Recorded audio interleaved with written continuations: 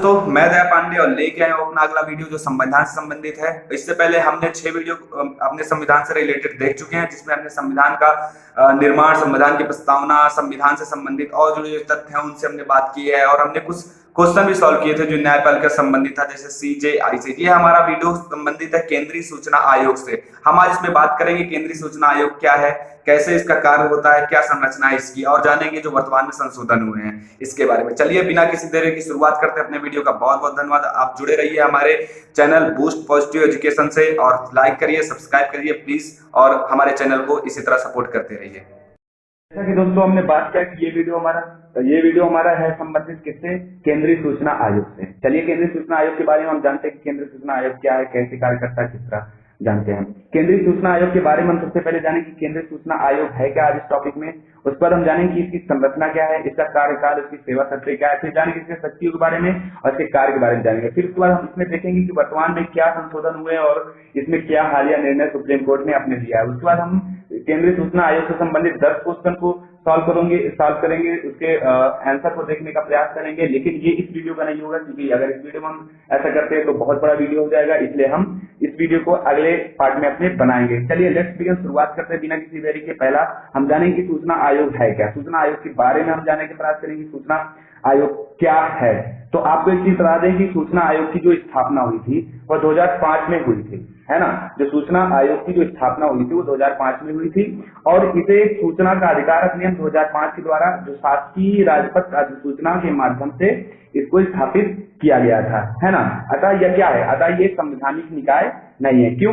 क्योंकि ये संविधान में पहले से मेंशन नहीं था, इसे किसी अधिनियम द्वारा ऐड किया गया अपने संविधान में। और ये अपना जो सीआईसी है, जो केंद्रीय सूचना आयोग है, ये कार्मिक और प्रशिक्षण विभाग के अंतर्गत आता है। ये इसका नोडल एजेंसी है। कौन सा? कार्मिक विभाग या कार्मिक प्रशिक्षण विभाग इसका नोडल एजेंसी है। Department of personal and training जो है वो इसका नोडल एजेंसी है, नोडल इसका विभाग है। चलिए बात करते हैं आगे हम इसकी संरचना के बारे में। संरचना क्या है? संरचना के बारे में हम इसके जानेंगे कि संरचना में ये कि इसमें एक मुख्य क्या होता है, इस आयोग में एक मुख्य आयुक्त होता है और अन्य सूचना आयुक्त होते हैं। ठीक, अन्य सूचना आयुक्त जो होता है उसकी संख्या 10 होनी चाहिए, 10 से कम होनी चाहिए, 10 से कभी अधिक नहीं होनी चाहिए। इन सभी की नियुक्ति कौन करता है? इन सभी की नियुक्ति राष्ट्रपति करता है एक समिति के द्वारा। समिति में कौन कौन मेंशन होता है? जो समिति रिकमेंडेशन देते हैं इनकी नियुक्ति के, उस समिति में प्रमुख रूप से कौन होते हैं? अपने सीएम होते हैं। ठीक, उसके बाद विपक्ष के जो होते हैं वो नेता होते हैं लोकसभा में, और उसके बाद प्रधानमंत्री द्वारा और विपक्ष के नेताओं द्वारा कुछ मनोनीत जो होते हैं कैबिनेट मंत्री इसमें शामिल होते हैं। इस आयोग का अध्यक्ष एवं सदस्य बनने वाले सदस्यों में सार्वजनिक जीवन का पर्याप्त अनुभव होना चाहिए तथा उन्हें विज्ञान, विधि और तकनीकी, सामाजिक सेवा, प्रबंधन, पत्रकारिता, जनसंचार या प्रशासन आदि का विशिष्ट अनुभव होना चाहिए। तभी वे इसके सदस्य बन सकते हैं, किसके? आयोग के सदस्य बन सकते हैं, या उसके मुख्य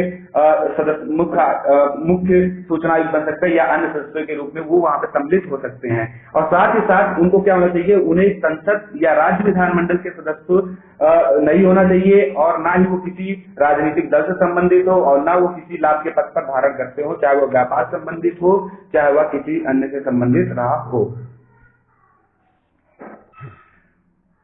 लाभ के पद के बारे में अगर हम बात करें तो हम आपसे बता दें कि लाभ का पद कोई भी हो सकता है। लाभ के पद के बारे में हमारे संविधान में अच्छे से मेंशन किया है कि लाभ का पद क्या होगा। तो इनके लिए लाभ का पद हमने बताया कि राजनीतिक दल से संबंधित ना होने चाहिए, ना ही वो विधानसभा या राज्य संसद के सदस्य हो, और ना ही वो व्यापार या कोई उद्यम करते हो जिससे वो जुड़े हो, ऐसा कोई वो चीज नहीं कर सकते हैं। ठीक, ये इनके लिए लाभ का पद होगा, तभी वो पात्रता रखते हैं।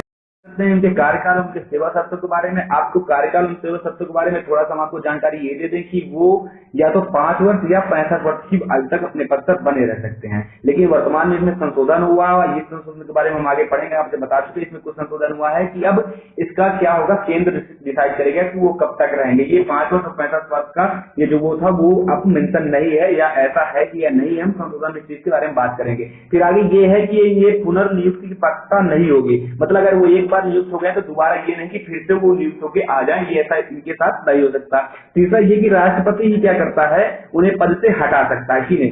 मुख्य सूचना आयुक्त को और अन्य सूचना आयुक्तों को उनके पद से हटा सकता है। इसके लिए कुछ प्रावधान अपने संविधान में मेंशन किए गए हैं, जैसे वो दिवालिया अगर हो गए हैं तब उनको हटाया जा सकता है, अगर वो चरित्रहीनता के दोषी पाए गए हैं या फिर वो अपने कार्यकर्ताओं के खिलाफ का पद धारण करते हैं, इन सारी चीजों के लिए, या फिर वो क्या करते हैं, या वो शारीरिक रूप से अक्षम है, वो कार्य करने के लायक नहीं है, तब क्या नाम उन्हें पद से राष्ट्रपति हटा सकता है। और साथ ही साथ अन्य चीजों से अन्य एक चीज मेंशन है कदाचार, अगर सिद्ध कदाचार उनके लिए आता है, अगर सिद्ध कदाचार के दोषी पाए जाते हैं तब भी राष्ट्रपति उन्हें पद से हटा सकता है। लेकिन अगर ये मामला आता है, कदाचार का मामला आता है, तो इस मामले में राष्ट्रपति को एक जांच बैठानी होती जो सर्वोच्च न्यायालय के पास भेजता है जांच के लिए कि ये कदाचार का है मामला या नहीं है, तो सर्वोच्च न्यायालय के पास भेजा जाता है। और अगर सर्वोच्च न्यायालय इस निर्णय की जांच करने के बाद ये रिकमेंडेशन देता है कि हाँ ये कदाचार के दोषी पाए गए हैं, तो राष्ट्रपति इनके अध्यक्षों को और उनके सदस्यों को पद से हटा सकती है। अब आगे हम बात करते हैं कि CIC का वेतन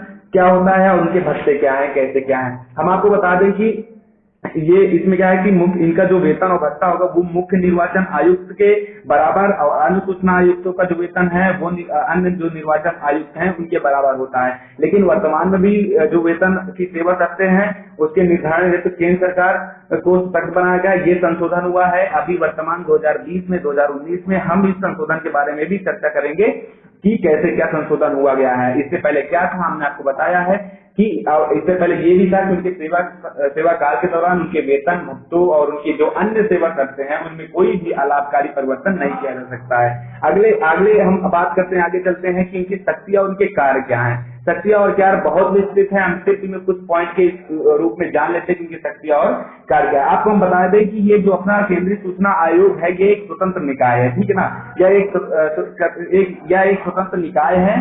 और साथ तो एक क्या होता है, स्वतंत्र निकाय होता है। चलिए अब बात करते हैं ये, और इसमें जो भी शिकायत होती है, जैसे भी कोई भी शिकायत दर्ज करने की, ये क्या करते हैं, अगर कोई भी शिकायत हुई या उसको क्या करता है, उसके दर्ज का जांच करता है, ठीक, और उसके निराकरण के लिए कार्य करता है कि जो शिकायत आई है उसकी जांच करे, क्या कि इसमें क्या दोष है, क्या सारी चीजें, क्या इसमें मांग की गई है, क्या इन्फॉर्मेशन मांगना चाह रहा है जो सामने वाला मांग रहा है, उसके बाद उसकी जांच करने के बाद उसको सामने वाले को सेटिस्फाई करता है, उसका जो भी निराकरण करता है। उसके बाद ये क्या होता है कि केंद्र और राज्य शासित प्रदेशों के अधीन कार्यालयों, वित्तीय संस्थानों, सार्वजनिक क्षेत्र के उपक्रमों आदि के बारे में जो शिकायतें आती हैं, उनकी अपील आती है, उनकी सुनवाई करता है।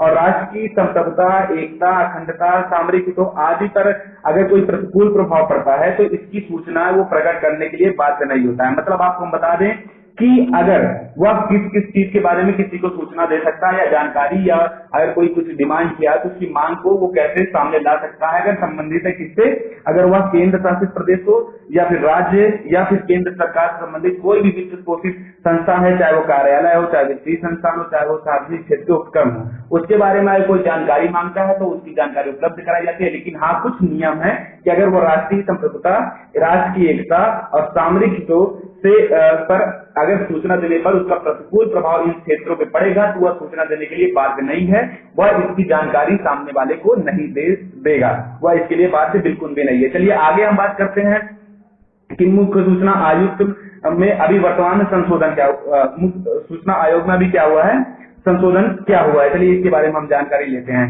अभी हमने आपसे बताया कि वर्तमान में संशोधन हुआ है जुलाई, ठीक, जुलाई में क्या हुआ, संशोधन किया गया है।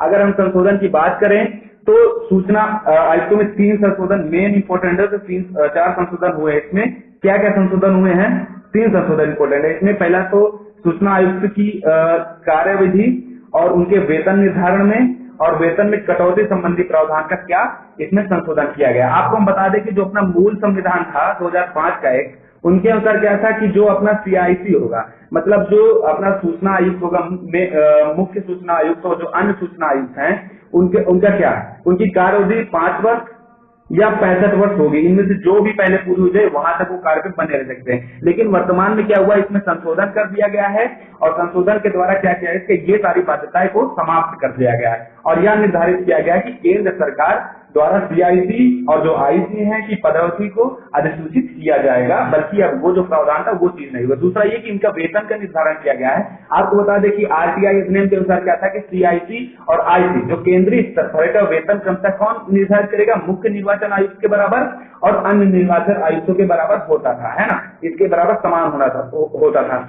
परंतु अगर एक चीज आपको बता दें, संशोधन क्या किया गया कि इस संशोधन में ये किया गया है कि अब इनका जो वेतन होगा, ये वेतन और भत्ते अन्य सेवा तत्वों का निर्धारण कौन करेगा, केंद्र सरकार निर्धारण करेगी कि क्या होगा, कैसे होगा। इसके लिए केंद्र सरकार को अधिक सशक्त बनाया गया है ना। फिर अगर आगे हम बात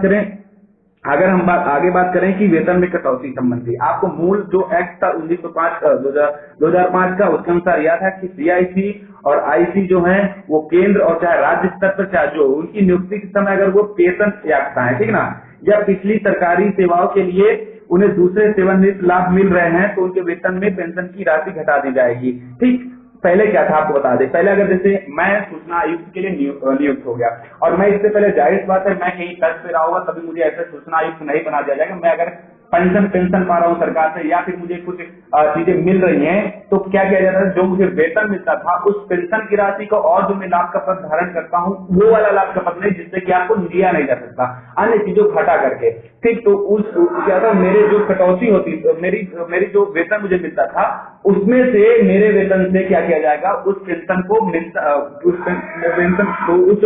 पेंशन को हटा करके उसके बाद मुझे वेतन दिया जाएगा। लेकिन इस अभी 2019 जुलाई 2019 के संशोधन में क्या किया गया, इस चीज को हटा दिया गया। मतलब कि अब आपका पेंशन भी मिलेगा आपको और साथ ही साथ जो आप प्राप्त करते थे क्या तनख्वाह, वो आपको पूरी वेतन आपको दिया जाएगा। ये संशोधन हुआ था हमारे 2019 में। आप ध्यान से देख लीजिएगा, थोड़ा सा इंपॉर्टेंट है, अगर सूट में आ गया तो वो कौन सा क्वेश्चन बन सकता है। हमने आपसे पहले भी कहा कि इसके बारे में हम क्वेश्चन के बारे में डिटेल से जानकारी अगले वीडियो अपने करेंगे, तो आप क्वेश्चन के लिए बेफिक्र रहिए। 10 ऐसे क्वेश्चन आएंगे जहाँ जिससे बाद कहीं भी क्वेश्चन जाने वाला नहीं रहेगा। चलिए आगे हम देखते हैं थोड़ा सा राज्य सूचना आयोग के बारे में। राज्य सूचना आयोग के बारे में जानने के लिए कुछ ज्यादा स्पेशल नहीं है। आप एक चीज जानिए कि यह भी केंद्रीय सूचना आयोग की तरह ही है, सेम जैसे केंद्रीय सूचना आयोग है उस तरह राज्य सूचना आयोग है। बस बात इतना है कि जहाँ पे राष्ट्रपति सारी चीजें करता था वहां क्या करता है, राज्यपाल करता है। और संसद की जगह पे आप राज्य विधानमंडल को मेंशन कर देंगे, बस हो गया। और वही सारी चीजें हैं कि सूचना आयुक्तों की संख्या कितनी होती है और कितनी नहीं है, वो सारी चीजें सेम है। 10 से अधिक यहाँ भी नहीं हो सकती अन्य सूचना आयुक्त की संख्या। बात इतनी सी है कि अलग अलग राज्यों में अलग अलग सूचना आयुक्तों की संख्या यहाँ पे होती है। अब हमारा आज का जो वीडियो था यहीं पे अपना रोकते हैं। बहुत बहुत शुक्रिया हमारे साथ जुड़े रहने के लिए। आप पूरा वीडियो देखें और उसके बाद हमारे अगले वीडियो का इंतजार करिए जिसमें हम 10 क्वेश्चन के बारे में इसके बारे में चर्चा करेंगे। बहुत बहुत शुक्रिया, बहुत बहुत धन्यवाद हमारे साथ जुड़े रहने के लिए। मिलते हैं हम आपसे आगे तक के लिए।